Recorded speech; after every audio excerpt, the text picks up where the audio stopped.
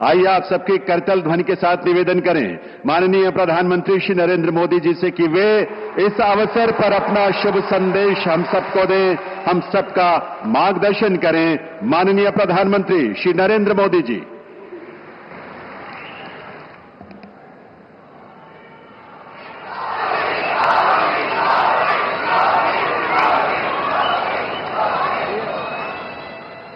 केंद्रीय मंत्रिमंडल में मेरे साथी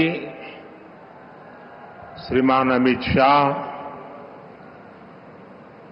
चंडीगढ़ के प्रशासक श्री गुलाबचंद कटारिया जी, राज्यसभा के मेरे साथी सांसद सतनाम सिंह संधू जी,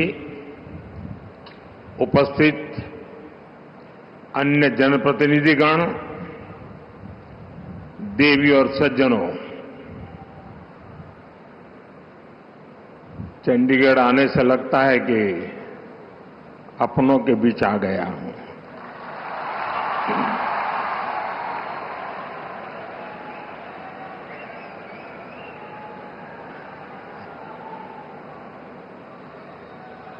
चंडीगढ़ की पहचान शक्ति स्वरूपा मां चंडी का नाम से जुड़ी है। मां चंडी यानी शक्ति का वह स्वरूप जिससे सत्य और न्याय की स्थापना होती है। यही भावना भारतीय न्याय संहिता, नागरिक सुरक्षा संहिता के पूरे प्रारूप का आधार भी है। एक ऐसे समय में जब देश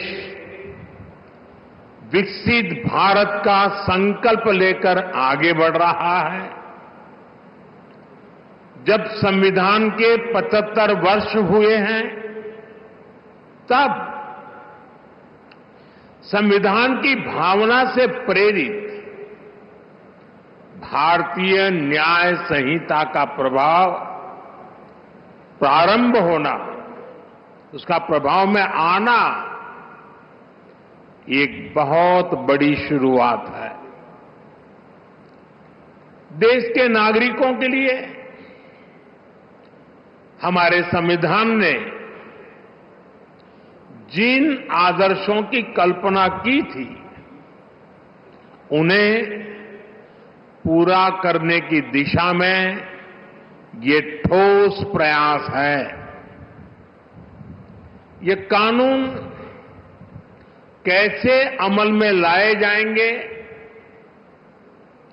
अभी मैं इसका लाइव डेमो देख रहा था और मैं भी यहां सबसे आग्रह करता हूं कि समय निकाल करके इस लाइव डेमो को जरूर देखें। लॉ के स्टूडेंट देखें, बार के साथी देखें, जुडिशरी के भी साथियों को अगर सुविधा हो वे भी देखें।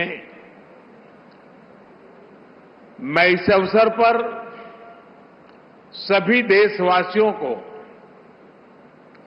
भारतीय न्याय संहिता, नागरिक संहिता के लागू होने की अनेक अनेक शुभकामनाएं देता हूं और चंडीगढ़ प्रशासन से जुड़े सबको बधाई देता हूं। साथियों, देश की नई न्याय संहिता अपने आप में जितना समग्र दस्तावेज है, इसको बनाने की प्रक्रिया भी उतनी ही व्यापक रही है। इसमें देश के कितने ही महान संविधानविदों और कानूनविदों की मेहनत जुड़ी है। गृह मंत्रालय ने इसे लेकर जनवरी 2020 में सुझाव मांगे थे। इसमें देश के मुख्य न्यायाधीशों का सुझाव और मार्गदर्शन रहा। इनमें हाई कोर्ट के चीफ जस्टिस उन्होंने भरपूर सहयोग दिया। देश का supreme court, 16 high court, judicial academies, अनेकों लॉ इंस्टीट्यूशंस, सिविल सोसाइटी के लोग, अन्य बुद्धिजीवी, इन सब ने वर्षों तक मंथन किया, संवाद किया, अपने अनुभवों को पिरोया।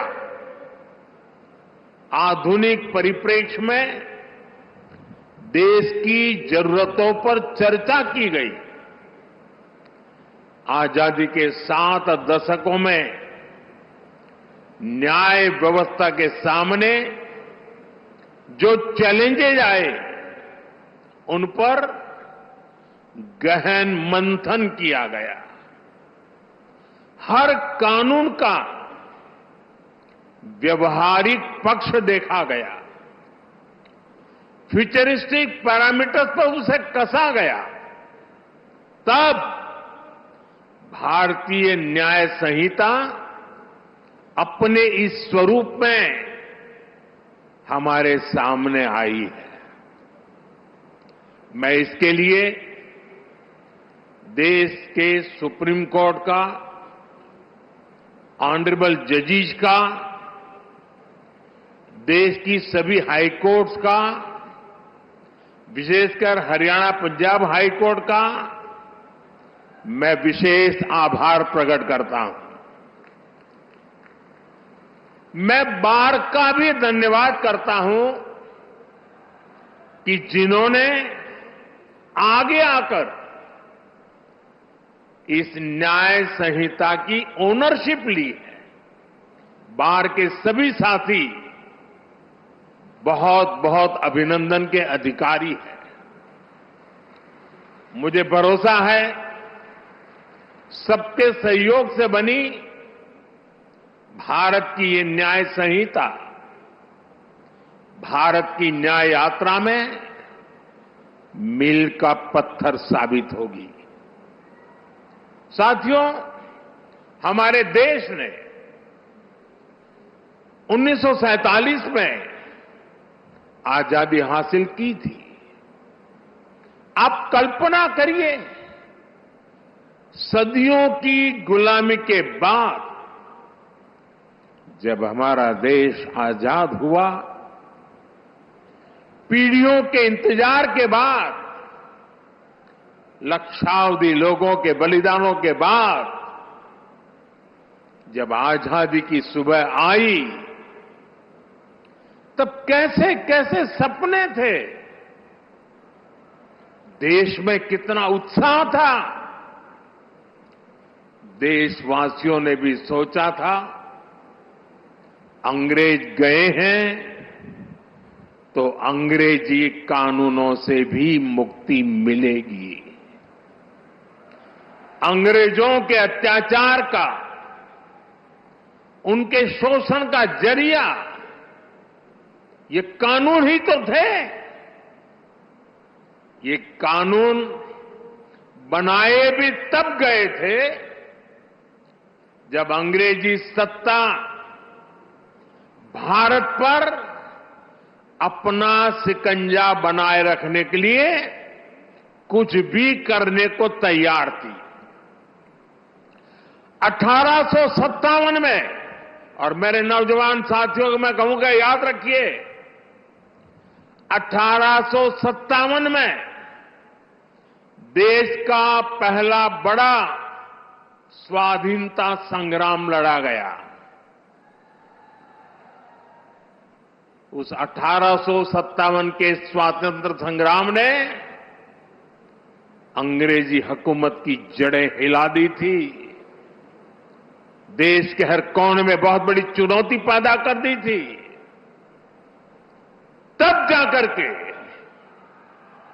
उसके जवाब में अंग्रेज 1860 में 3 साल के बाद इंडियन पिनल कोड यानी आईपीसी लेकर आए। फिर कुछ साल बाद इंडियन एविडेंस एक्ट लाया गया और फिर सीआरपीसी का पहला ढांचा अस्तित्व में आया। इन कानूनों की सोच और मकसद यही था कि भारतीयों को दंड दिया जाए, गुलाम रखा जाए। और दुर्भाग्य देखिए,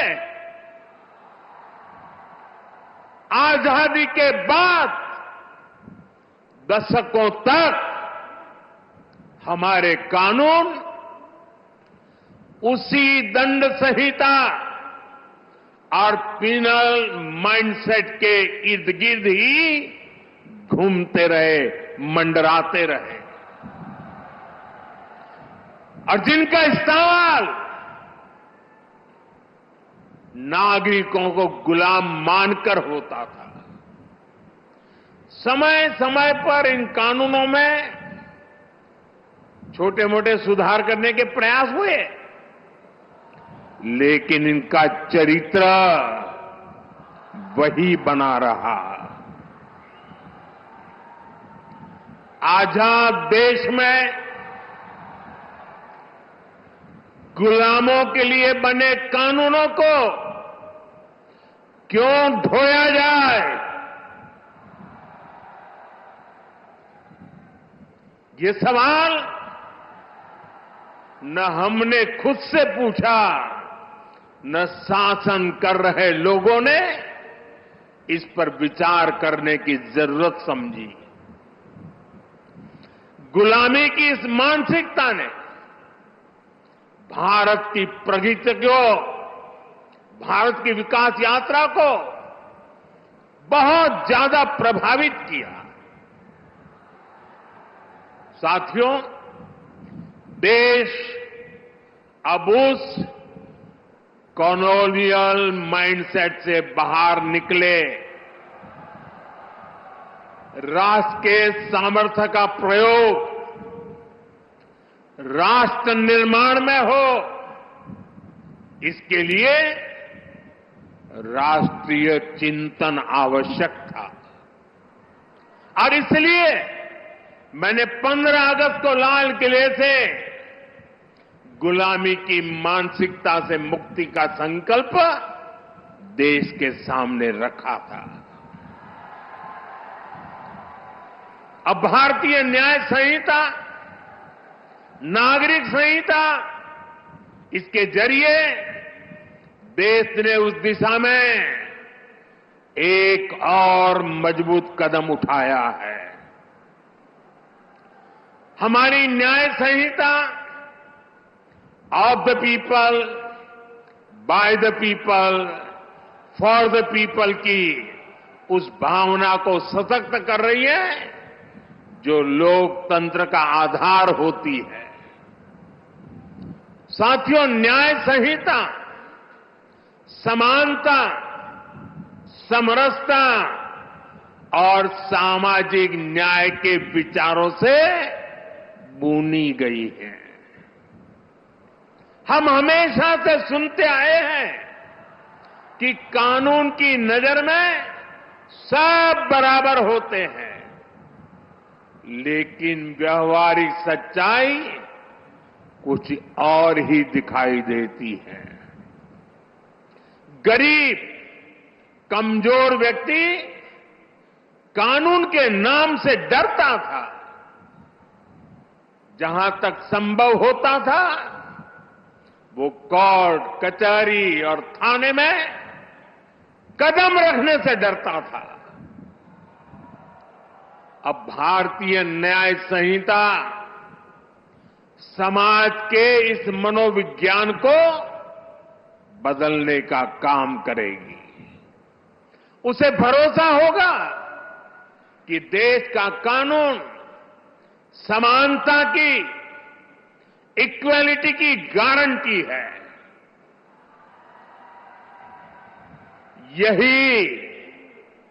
यही सच्चा सामाजिक न्याय है, जिसका भरोसा हमारे संविधान में दिलाया गया है। साथियों, भारतीय न्याय संहिता, भारतीय नागरिक सुरक्षा संहिता हर पीड़ित के प्रति संवेदनशीलता से परिपूर्ण है। देश के नागरिकों को इसकी बारीकियों का पता चलना ये भी उतना ही आवश्यक है। इसलिए मैं चाहूंगा आज यहां चंडीगढ़ में दिखाए लाइव डेमो को हर राज्य की पुलिस को अपने यहां प्रचारित प्रसारित करना चाहिए। जैसे शिकायत के 90 दिनों के भीतर पीड़ित को केस की प्रगति से संबंधित जानकारी देनी होगी। ये जानकारी एसएमएस जैसी डिजिटल सेवाओं के जरिए सीधे उस तक पहुंचेगी। पुलिस के काम में बाधा डालने वाले व्यक्ति के खिलाफ एक्शन लेने की व्यवस्था बनाई गई है। महिलाओं की सुरक्षा के लिए न्याय संहिता में एक अलग चैप्टर रखा गया है। वर्क प्लेस पर महिलाओं के अधिकार और सुरक्षा, घर और समाज में उनके और बच्चों के अधिकार, भारतीय न्याय संहिता ये सुनिश्चित करती है कि कानून पीड़िता के साथ खड़ा हो।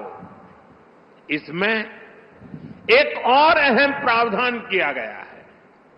अब महिलाओं के खिलाफ बलात्कार जैसे घृणित अपराधों में पहली हियरिंग से 60 दिन के भीतर चार्ज फ्रेम करने ही होंगे। सुनवाई पूरी होने के 45 दिनों के भीतर भीतर फैसला भी सुनाया जाना अनिवार्य कर दिया गया है। ये भी तय किया गया है कि किसी केस में 2 बार से अधिक स्थगन एडजमेंट नहीं लिया जा सकेगा। साथियों, भारतीय न्याय संहिता का मूल मंत्र है सिटीजन फर्स्ट। ये कानून नागरिक अधिकारों के प्रोटेक्टर बन रहे हैं, ईज ऑफ जस्टिस का आधार बन रहे हैं। पहले एफआईआर करवाना भी कितना मुश्किल होता था, लेकिन अब जीरो एफआईआर को भी कानूनी रूप दे दिया गया है। अब उसे कहीं से भी केस दर्ज कराने की सहूलियत मिली है। एफआईआर की कॉपी पीड़ित को दी जाए, उसे ये अधिकार दिया गया है। अब आरोपी के ऊपर कोई केस अगर हटाना भी है तो तभी हटेगा जब पीड़ित की सहमति होगी। अब पुलिस किसी भी व्यक्ति को अपनी मर्जी से हिरासत में नहीं ले सकेगी। उसके परिजनों को सूचित करना ये भी न्याय संहिता में अनिवार्य कर दिया गया है। भारतीय न्याय संहिता का एक और पक्ष है उसकी मानवीयता, उसकी संवेदनशीलता। अब आरोपी को बिना सजा बहुत लंबे समय तक जेल में नहीं रखा जा सकता। अब 3 वर्ष से कम सजा वाले अपराध के मामले में गिरफ्तारी भी हायर अथॉरिटी की सहमति से ही हो सकती है। छोटे अपराधों के लिए अनिवार्य जमानत का प्रावधान भी किया गया है। साधारण अपराधों में सजा की जगह कम्युनिटी सर्विस का विकल्प भी रखा गया है। ये आरोपी को समाज हित में सकारात्मक दिशा में आगे बढ़ने के नए अवसर देगा। फर्स्ट टाइम ऑफेंडर्स के लिए भी न्याय संहिता बहुत संवेदनशील है। देश के लोगों को ये जानकर भी खुशी होगी कि भारतीय न्याय संहिता के लागू होने के बाद जेलों से ऐसे हजारों कैदियों को छोड़ा गया है जो पुराने कानूनों की वजह से जेलों में बंद थे।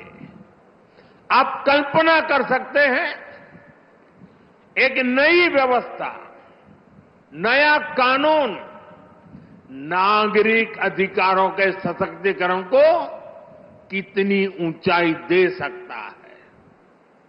साथियों, न्याय की पहली कसौटी है समय से न्याय मिलना। हम सब बोलते और सुनते भी आए हैं, जस्टिस डिलेड, जस्टिस डिनाइड।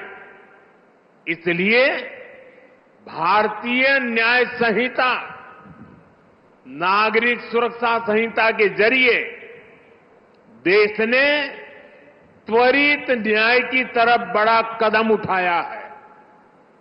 इसमें जल्दी चार्जशीट फाइल करने और जल्दी फैसला सुनाने को प्राथमिकता दी गई है। किसी भी केस में हर चरण को पूरा करने के लिए समय सीमा तय की गई है। ये व्यवस्था देश में लागू हुए अभी कुछ ही महीने हुए हैं।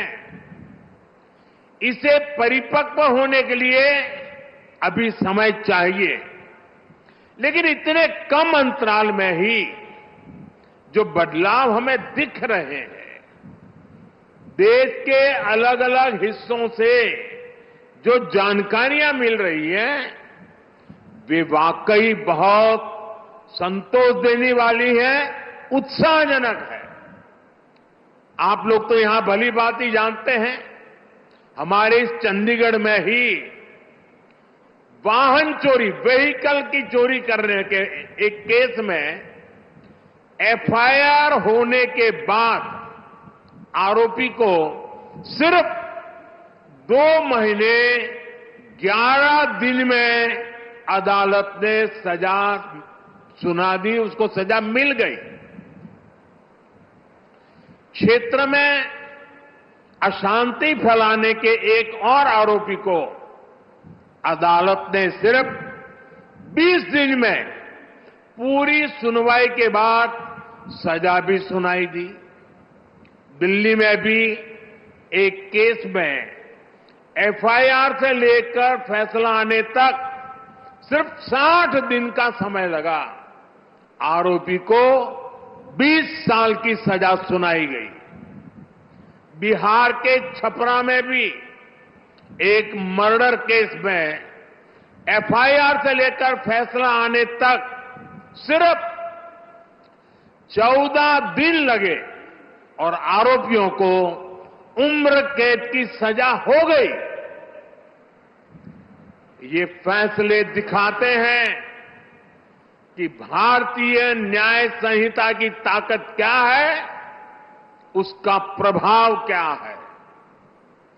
ये बदलाव दिखाता है कि जब सामान्य नागरिकों के हितों के लिए समर्पित सरकार होती है जब सरकार ईमानदारी से जनता की तकलीफों को दूर करना चाहती है तो बदलाव भी होता है और परिणाम भी आते हैं। मैं चाहूंगा कि देश में इन फैसलों की ज्यादा से ज्यादा चर्चा हो ताकि हर भारतीय को पता चले कि न्याय के लिए उसकी शक्ति कितनी बढ़ गई है। इससे अपराधियों को भी पता चलेगा कि अब तारीख पर तारीख के दिन लद गए हैं। साथियों, नियम और या कानून तभी प्रभावी रहते हैं जब समय के मुताबिक प्रासंगिक हो। आज दुनिया इतनी तेजी से बदल रही है, अपराध और अपराधियों के तौर तरीके बदल गए हैं। ऐसे में 19वीं शताब्दी में जड़े जमाए कोई व्यवस्था कैसे व्यवहारिक हो सकती थी। इसलिए हमने इन कानूनों को भारतीय बनाने के साथ साथ आधुनिक भी बनाया है। यहां अभी हमने देखा भी कि अब डिजिटल एविडेंस को भी कैसे एक महत्वपूर्ण साक्ष्य के रूप में रखा गया है। जांच के दौरान सबूतों से छेड़छाड़ न हो, इसके लिए पूरे प्रोसेस की वीडियोग्राफी को अनिवार्य किया गया है। नए कानूनों को लागू करने के लिए ई साक्ष्य, न्याय श्रुति, न्याय सेतु, ई समान पोर्टल जैसे उपयोगी साधन तैयार किए गए हैं। अब कोर्ट और पुलिस की तरफ से सीधे फोन पर इलेक्ट्रॉनिक मीडियम से सम्मन सर्व किए जा कर सकते हैं। विटनेस के स्टेटमेंट की ऑडियो वीडियो रिकॉर्डिंग भी की जा सकती है। डिजिटल एविडेंस भी अब कोर्ट में मान्य होंगे, वो न्याय का आधार बनेंगे। उदाहरण के तौर पर चोरी के मामले में फिंगरप्रिंट का मिलान, बलात्कार के मामलों में डीएनए सैंपल का मिलान, हत्या के केस में पीड़ित को लगी गोली और आरोपी के पास से जब्त की गई बंदूक के साइज का मैच, वीडियो एविडेंस के साथ ये सब कानूनी आधार बनेंगे। साथियों, इससे अपराधी के पकड़े जाने तक अनावश्यक समय बर्बाद नहीं होगा। ये बदलाव देश की सुरक्षा के लिए भी उतने ही जरूरी थे। डिजिटल साक्ष्यों और टेक्नोलॉजी के इंटीग्रेशन से हमें आतंकवाद के खिलाफ लड़ने में भी ज्यादा मदद मिलेगी। अब नए कानूनों में आतंकवादी या आतंकी संगठन कानून की जटिलताओं का फायदा नहीं उठा सकेंगे। साथियों, नई न्याय संहिता, नागरिक सुरक्षा संहिता से हर विभाग की प्रोडक्टिविटी बढ़ेगी और देश की प्रगति को गति मिलेगी। कानूनी अड़चनों के कारण जो भ्रष्टाचार को बल मिलता था, उस पर लगाम लगाने में मदद मिलेगी। ज्यादातर विदेशी निवेशक पहले भारत में इसलिए निवेश नहीं करना चाहते थे क्योंकि कोई मुकदमा हुआ तो उसी में वर्षों निकल जाएंगे। जब ये डर खत्म होगा तो निवेश बढ़ेगा, देश की अर्थव्यवस्था मजबूत होगी। साथियों, देश का कानून नागरिकों के लिए होता है, इसलिए कानूनी प्रक्रियाएं भी पब्लिक की सुविधा के लिए होनी चाहिए, लेकिन पुरानी व्यवस्था में प्रोसेस ही पनिशमेंट बन गया था। एक स्वस्थ समाज में कानून का संबल होना चाहिए, लेकिन आईपीसी में केवल कानून का डर ही एकमात्र तरीका था, वो भी अपराधी से ज्यादा ईमानदार लोगों को, जो बेचारे विक्टिम हैं, उनको डर रहता था। यहां तक कि सड़क पर किसी का एक्सीडेंट हो जाए तो लोग मदद करने से घबराते थे। उन्हें लगता था कि उल्टा वो खुद पुलिस के पचड़े में फंस जाएंगे। लेकिन अब मदद करने वालों को इन परेशानियों से मुक्त कर दिया गया है। इसी तरह हमने अंग्रेजी शासन के 1500 से ज्यादा कानून, पुराने कानूनों को भी खत्म किया। जब ये कानून खत्म हुए तब लोगों को हैरानी हुई थी कि क्या देश में ऐसे ऐसे कानून हम ढो रहे थे, ऐसे ऐसे कानून बने थे। साथियों, हमारे देश में कानून नागरिक सशक्तिकरण का माध्यम बने, इसके लिए हम सबको अपना नजरिया व्यापक बनाना चाहिए। ये बात मैं इसलिए कह रहा हूं क्योंकि हमारे यहां कुछ कानूनों की तो खूब चर्चा हो जाती है, चर्चा होनी भी चाहिए, लेकिन कई अहम कानून हमारे विमर्श से वंचित रह जाते हैं। जैसे आर्टिकल 370 हटा, इस पर खूब बात हुई। 3 तलाक पर कानून आया, उसकी खूब चर्चा हुई। इन दिनों वक्फ बोर्ड से जुड़े कानून पर बहस चल रही है। हमें चाहिए हम इतना ही महत्वपूर्ण उन कानूनों को भी दें जो नागरिकों की गरिमा और स्वाभिमान बढ़ाने के लिए बने हैं। अब जैसे आज अंतर्राष्ट्रीय दिव्यांग दिवस है, देश के दिव्यांग हमारे ही परिवार के सदस्य हैं, लेकिन पुराने कानूनों में दिव्यांगों को किस कैटेगरी में रखा गया था? दिव्यांगों के लिए ऐसे ऐसे अपमानजनक शब्दों का प्रयोग किया गया था जिन्हें कोई भी सभ्य समाज स्वीकार नहीं कर सकता। हमने ही सबसे पहले इस वर्ग को दिव्यांग कहना शुरू किया। उन्हें कमजोर फील कराने वाले शब्दों से छुटकारा दिया। 2016 में हमने rights of persons with disabilities act लागू करवाया। ये केवल दिव्यांगों से जुड़ा कानून नहीं था, ये समाज को और ज्यादा संवेदनशील बनाने का अभियान भी था।